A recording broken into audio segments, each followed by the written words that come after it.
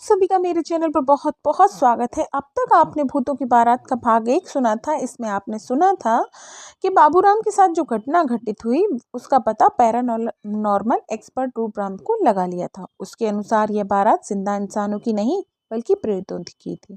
उसके सम्मोहन से यह इस बात फर्क को समझ नहीं पाया और उसके दिमाग पर वही असर अब भी है। कोई उपाय पूछने पर रूपराम ने कहा कि फिर से वहीं जाना होगा, बारात में फिर शामिल होना पड़ेगा। उसने घर वालों को कहा कि कोई साथ में कोई वस्तु है जो बारात से मिली है वह उसे ढूंढ कर रखे, मैं फिर से आऊँगा। तो आगे चलते हैं और सुनते हैं आज की कहानी। परिवार के लोगों ने बाबूराम से कई बार पूछा कि बारात में क्या मिला था, पर उसे कुछ याद ही नहीं आया। थक हार कर आखिर उसने कमरे की तलाशी शुरू हुई। एक संदूक था, पुराना सा। उसे खोलकर देखा तो कुछ कपड़े, फाइलें और अन्य सामान। इसी के नीचे एक बहुत ही शानदार और नक्काशी की गई एक शॉल थी जो कई डिजाइनों में बनी थी। कोई भी देखकर आसानी से कह सकता था कि ये आज तो कहीं भी नहीं बन सकती। इसको बनाने वाले कारीगर अब थे ही नहीं। दूर से ही ध्यान आकर्षित करती प्राचीन कला का एक अद्भुत नमूना थी। इसकी तह अब भी ज्यों की त्यों बनी हुई थी, कभी खोलकर देखा ही नहीं गया था इसे। यही शॉल थी जिसे बाबूराम के जीवन पर गहरा असर डाला और जिसने अब तक आजाद नहीं हो पाया। घर के सभी सदस्यों ने इसे बारी बारी से देखा और सच तो यह था कि इसकी खूबसूरती उन्हें भा गई थी। 4 दिनों बाद रूपराम फिर आ गए। घर वालों ने उन्हें वह शाल दिखाई और उसे ज्यादा हैरानी नहीं हुई, क्योंकि ऐसा भी पहले ही एक बार देख चुके थे। बारात बेशक प्रेत लीला पर थी, पर शॉल बिल्कुल असली था। अब उन्हें बताया गया कि अगले महीने की एकादशी वाले दिन का समय उस बारात के फिर से आने के और दिखाई देने का मैंने अपनी विद्या से पता किया है। अभी 20 दिन बाकी हैं। क्या अभी वह बारात दिखाई नहीं देगी? घर के किसी सदस्य ने पूछा। नहीं, मैंने पहले ही बताया था, कोई विशेष तिथि होती है जो घटना को बार बार पुनरावृत्ति करती है। बाकी दिन सामान्य होते हैं। इस साल को वहीं रख दो। आने वाली एकादशी के दिन पहले मैं अपने आप आ जाऊंगा। किसी तरह ये 20 दिन निकल गए। रूपराम शाम को ही आ गए। कुछ तैयारियां भी कर ली। बीते दिनों में यह जरूरी भी था, ना जाने कैसी शक्तियों से पाला पड़ जाए। दूसरे दिन बाबूराम को लेकर उसी जगह के लिए रवाना हुए। जंगल के बीच पहुंच गए। 1 बज चुका था, पर अभी तक कोई ऐसा संकेत नहीं मिला था। कोई हलचल नहीं थी। सब कुछ शांत था। कहीं गणना में कोई गलती तो नहीं हो गई? मन में विचार आया। ऐसा तो हो ही नहीं सकता। मन ने इस विचार को खारिज किया। यह कहकर 2 बज गए। समय 1-1 मिनट आधे घंटे में बराबर लगे। काटे ना कटे समय बड़ी सुस्त रफ्तार से चल रहा था। आखिर प्रतीक्षा रंग लाई और ढोल नगाड़े बजने की दूर से आवाज सुनाई दी, जो धीरे धीरे धीरे पास आ रही थी। आने में आधा घंटा तो लगा ही होगा। अब इंतजार तो करना ही था। 10 मिनट, 20 मिनट और अब लोगों के नाचते थिरकते चेहरे और ढोल की थाप के सामने दिखाई दे रहे थे। धीरे धीरे ही सही, पर पास आते आते दिल की धड़कनें तो तेज हो ही गई थी। बाबूराम जो शांत था पहले, अब चेहरे पर खुशी दिख रही थी। हाँ, रूपराम अब भी गंभीर थे और आगे का ताना बाना बुनने की विचार में लगे थे। अब बारात बिल्कुल पास आ गई। वही दृश्य, घोड़े पर दूल्हा और पीछे घर के अन्य लोग थे। सिर पर रंग बिरंगी पगड़ियां और नवाबों की तरह पहने कपड़े इनके अमीर होने का दावा करते थे। बाबूराम दौड़कर उनमें शामिल हो गया। ऐसा लग ही नहीं रहा था कि ये सब अनजान है इसके लिए। वह तो ऐसे गले मिल रहा था जैसे इनके ही परिवार के सदस्य हों। दूल्हे के पिता ने एक आदमी को बुलाया जिसके पास एक बड़ा सा थैला था। वह शायद इनका खास और नजदीकी था। वह थैला लेकर आया तो उसे थोड़ी दूर ले गया। 10 मिनट बाद दोनों में बातें हुई। अब क्या बातें हुई यह तो वही दोनों जाने, पर कभी कभी बीच में रूपराम की ओर नजर जाती। इससे अनुमान यह था कि इन दोनों का ही जिक्र हो रहा था इनके बीच। आखिर दूल्हे के पिता ने आखिर में कुछ कहा और उस आदमी ने सहमति में सिर हिलाया। फिर दोनों वहीं बीच बारात में आ गए। दूल्हे के पिता रूपराम के पास आए और उसका बारात में शामिल होना स्वीकार किया।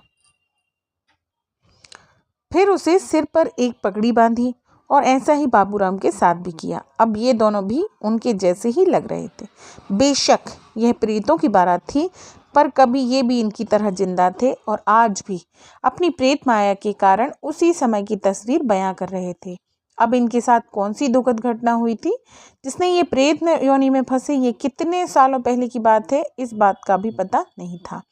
बारात धीरे धीरे आगे बढ़ने लगी। थोड़ी दूर जाने पर एक जगह आई, कोई सराय थी ठहरने के लिए। हालांकि अब इस समय में इसका कोई नामो निशान नहीं था, ना ही कभी लोगों ने देखा, पर किसी समय तो इसका अस्तित्व था ही। और आज उस समय की सारी तस्वीर ताज़ा हो रही थी। मैंने पहले भी लिखा, इसके लिए यथास्थिति देखना कोई मुश्किल काम नहीं था। सफ़र बहुत लंबा होता था, तो बीच बीच में विश्राम के लिए ऐसी जगह बनी हुई थी। अब शायद यह बारात कहीं दूर से आ रही हो। सराय के पास आकर सभी लोग आराम करने के लिए गए, पानी पी रहे थे। पीछे एक बैलगाड़ी में खाने का कुछ सामान था, उसे लोगों में बांट दिया गया। रूपराम के लिए यह पहला अवसर था किसी भूतों की बारात में जाने का, जबकि बाबूराम आज दूसरी बार जा रहा था। यहाँ लड़की के पिता ने उसको अपने जैसे कपड़े दिए पहनने के लिए। अब जो फर्क था वह भी मिट गया इंसान और प्रेत में। बैलगाड़ी से कुछ चटाइयाँ बिछा दी गईं, सबने बैठ के भोजन किया। एक आध घंटे बाद घोड़ों को पानी पिलाया गया। थोड़ा विश्राम करने के बाद सब आगे बढ़ने लगे। ढोल वालों ने अपना मोर्चा संभाला और आगे का सफ़र फिर से शुरू हुआ। 2 घंटे के सफ़र के बाद आखिर एक गांव आया। गांव से बाहरी लड़की के परिवार वाले अन्य रिश्तेदारों के साथ स्वागत के लिए तैयार खड़े थे। बड़ा ही भव्य स्वागत किया गया। सभी का मीठा शरबत जैसा कुछ पिलाया गया, जिसमें फूलों के रस की सुगंध फैली हुई थी। स्वाद का तो कोई जवाब ही नहीं था। सच ही तो सारी थकान उतर गई उसे पीकर। थोड़ा आगे चलकर मंडप सजा हुआ था। बड़े घराने के थे। कन्या पक्ष वाले खूब पैसा लुटाया गया था। साज सज्जा में सभी बाराती इनके पीछे पीछे चलने लगे और विवाह स्थल पर पहुंच गए। कुर्सियां लगी हुई थीं। करीने से सभी बैठ गए और बात करने लगे आपस में। उस समय की भाषा कुछ अलग ही थी। बाबूराम और रूपराम की समझ में नहीं आ रहा था। हाँ, जब भी उनसे कोई बात करता तो इन्हीं की भाषा में बात करता। अजीब बात थी यह, पर प्रेतों के लिए यह संभव था। चाय नाश्ते के साथ लड़की वाले आए और सभी के पेट भरकर नाश्ता दिया। बाबूराम और उन्होंने भी नाश्ता किया। विवाह की रस्में शुरू हुई। सभी बड़े ही व्यवस्थित तरीके से और बड़ी धूमधाम से हो रहा था। फेरों की रस्म के बाद खाने की शुरुआत हुई। अब विदाई ही शेष थी, जो कुछ देर में होने वाली थी। बाबूराम और रूपराम दोनों आपस में ही बातें कर रहे थे। बाकी सब एक दूसरे से लगे हुए थे। लड़की के पिता बीच बीच में आकर इन दोनों से पूछ लेते, किसी बात की कोई कमी तो नहीं है। उसकी नज़र में ये सबसे विशिष्ट अतिथि थे। इनका पूरा ध्यान रखा जा रहा था। उस समय और आज के विवाह में जमीन आसमान का अंतर था।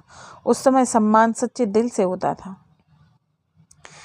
इस समय रात के 10 बज चुके थे। विदाई समारोह शुरू होने वाला था। बैलगाड़ियों में सामान रख दिया गया था, जो लड़की वालों ने दिया था। अब बारातियों की बारी आई। वही पुरानी यादें फिर ताज़ा हो गई। शॉल के गट्ठर लाकर रख दिए गए। हर एक बाराती को एक शॉल भेंट स्वरूप मिली। लड़की वालों ने कहा कि कल सुबह चले जाना, पर लड़की के पिता ने कहा सुबह तक घर पहुंच जाएंगे, सब कुछ निपट ही गया है, तो अब चल देते हैं। रूपराम जिस वजह से यहाँ आया था वह समस्या अब भी ज्यों की त्यों खड़ी थी। कई जगह इसका जिक्र करना चाहा, पर मौका नहीं मिला। अब यहाँ से वापसी हो रही थी। हंसते बोलते सफ़र कट रहा था रास्ते का। फिर भी वही सराय आई और विश्राम के लिए पड़ा। यहाँ रूपराम ने देखा कि दूल्हे के पिता फुर्सत में हैं, तो अपनी बात कही जा सकती है। वह उठकर उनके पास गया। उसको आता देखकर चेहरे पर एक रहस्यमयी मुस्कान आ गई। आओ जी, लड़की के पिता ने कहा। मुझे पता है आप किस लिए आए हैं।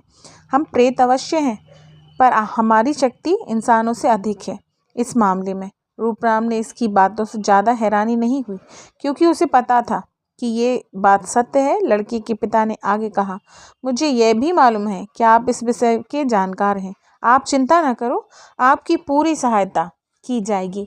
इन बातों से बड़ी तसल्ली दी थी उसने, और साथ ही इन सीधे साधे प्रेतों की बातें दिल में उतर गईं। कोई दुखद घटना नहीं हुई इसके साथ, वरना आज भी वैसे ही भले थे जब सभी इंसान थे।